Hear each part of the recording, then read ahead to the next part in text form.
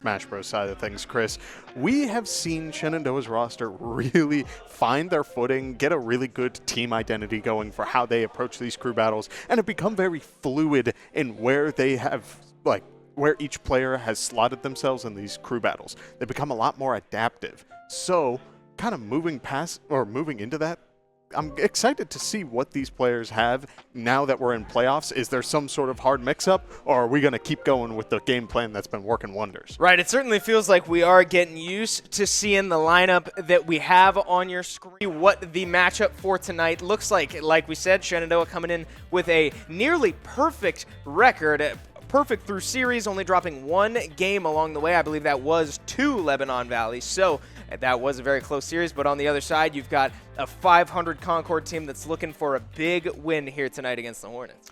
For me, at least, to know that because we won our division last semester, it shouldn't mean that there's too much pressure to win this time, because we should be going to nationals regardless, but still that doesn't mean we're not going to try to win, you know? And I think having a second seed in that position is going to be the best possible thing we can do for now, at least when we have such a titan of a team to go up against.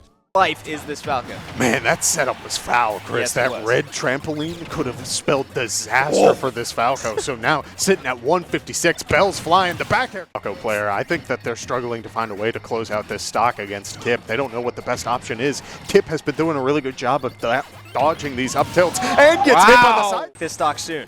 Yeah, we do see Scarlet X feeling the pressure to recover high. Does find the ledge, but hit by the bell, almost eats the side B, but it goes a little high, which aggressive sort of approach, a lot more jump in, up tilts, and combo starters. Instead, they're taking the slower pace. They want to make sure that whatever happens, they can take full advantage, but when you're sitting for too long, there's a Pac-Man and an apple in the ceiling, and you will be that Kip will be able to even out the percents, but once Lucina gets this neutral game going, gets a couple of forward airs, I imagine it will be hard for Kip to find a game plan, unless Lucina approaches like that to be in the neutral get up, getting caught by the bell, bell thrown down along with the hydrant, but Logan King Boo doing a great job of finding the opening to get back to the ledge. Yeah, and getting caught on another one down, no problem yet, as he starts yet another Galaga combo, gets Lucina off stage, and this could be dangerous. Logan King Boo can't make it back, drifting away from what looked like another forward air string from Kip. Can't recover back to the ledge, can't make it to the grab, and just like that, Kip takes 3 stocks. But now, Piranha Plant up over 100%. You saw the matchup preference too for a second there. Kip couldn't feel better about this one, and we see exactly why. Really nice setup off of Kip's own fire hydrant. Yeah, how about that one? But Kip with a response, a key off stage, and now the apples are coming out. Kip's got red in his eye, losing all the effort that he's put in so far. But Kip looking to stop that one, but a jab still doesn't kill, even with the help of the hydrant.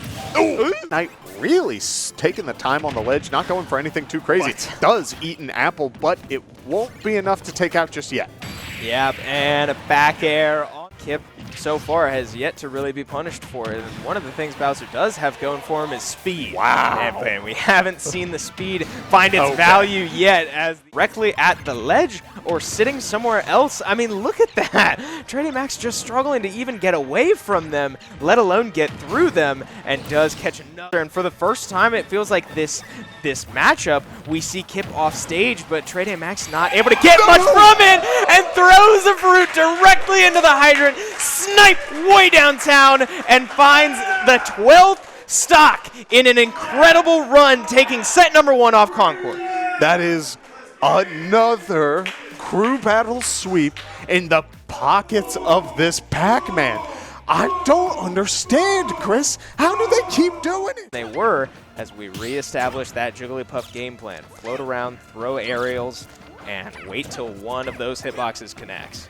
And that's the thing we're seeing. One struggling to finish stocks off seems to be Farambus. We saw when when Scarlet X had to take on Kip, he seemed to be the one struggling. Now Farambus goes down, spiked by the side B. So 147% clinging to life, but really not feeling much danger. As they are able to grab the ledge. Going for the dash attack. Does eat a little bit of percentage. Farambus going for the roll-in, but the Scarlet Go with an awkward jump, able to recover from that percentage. And did you see Willie get turned around there off stage? That was really interesting. Yeah, that was auto turnaround at its finest, Chris. We do see one electric as we reset back to neutral. Scarlet X approaching with the forward air, using the lasers a couple of times, keeping the pressure going. One up tilt on the shield, one up tilt into the back. Really very impressive stuff so far from Scarlet X, and now racking up percentage in stock number 2, but Willie does find a grab. This is not where you'd like to be, especially Chris. with the platform running away. Boo doing a really good job of dancing around this Kazuya game plan. Not necessarily dealing with the sort of situations like trying to space out the aerials. So it seems like that really is starting to cause problems for Willie, but this is kill territory. Now the kill button offline, the critical art does go away, and the forward smash connects, taking job of not fearing the Kazuya too much. There's a level of respect you need to give this character, but if you give him too much, it can cause problems, as we see there. Against the Falco, but now... Oh, wow. Chris, Willie was expecting the up special from the Lucina, but was called off. I'm not gonna sugarcoat this one. Here we go. One grab, electric, two jab into the electric. Go for the down smash. Bowser is gone, Chris. Oh, no. Not have to deal with this Kazuya right now. You could have sent in the Piranha Plant instead. Chris, he's going down again.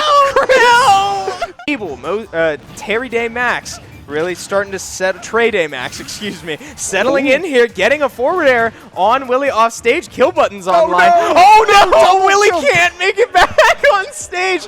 That was one of the Smash Bros. Matches I've watched of all time. And Willie bows out, puts the controller down, but not without taking 2 stocks off that poor Bowser.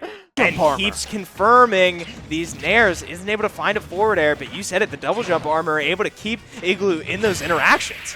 And the one forward smash connect. Down smash, Igloo going for the ledge, goes off, using the nair to clank with the up special.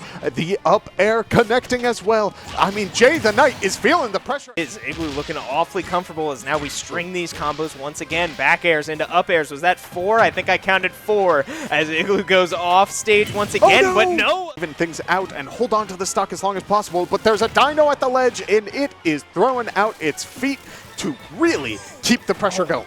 Yeah, looking for by the Patui, but not dead yet, as now Igloo opts to go all the way to the far side of the ledge, not play against this ledge trap, but... See Igloo looking for that final hit, going for a couple of eggs, not approaching too much unless there's a spot to do so. Looking for the jab into the down smash, doesn't connect this time around. Instead, the forward air into the up air connects, and Igloo secures the crew battle 2-0 for Shenandoah. He's a bad man. I mean, I say it every time. The pop-off from the crew behind him and a small smirk from the man in the hot seat as he knows that he had it from the start. Igloo finishing the job, the fixer of the team, the glue that keeps this all together, and Shenandoah will be advancing in their NECC East playoff bracket.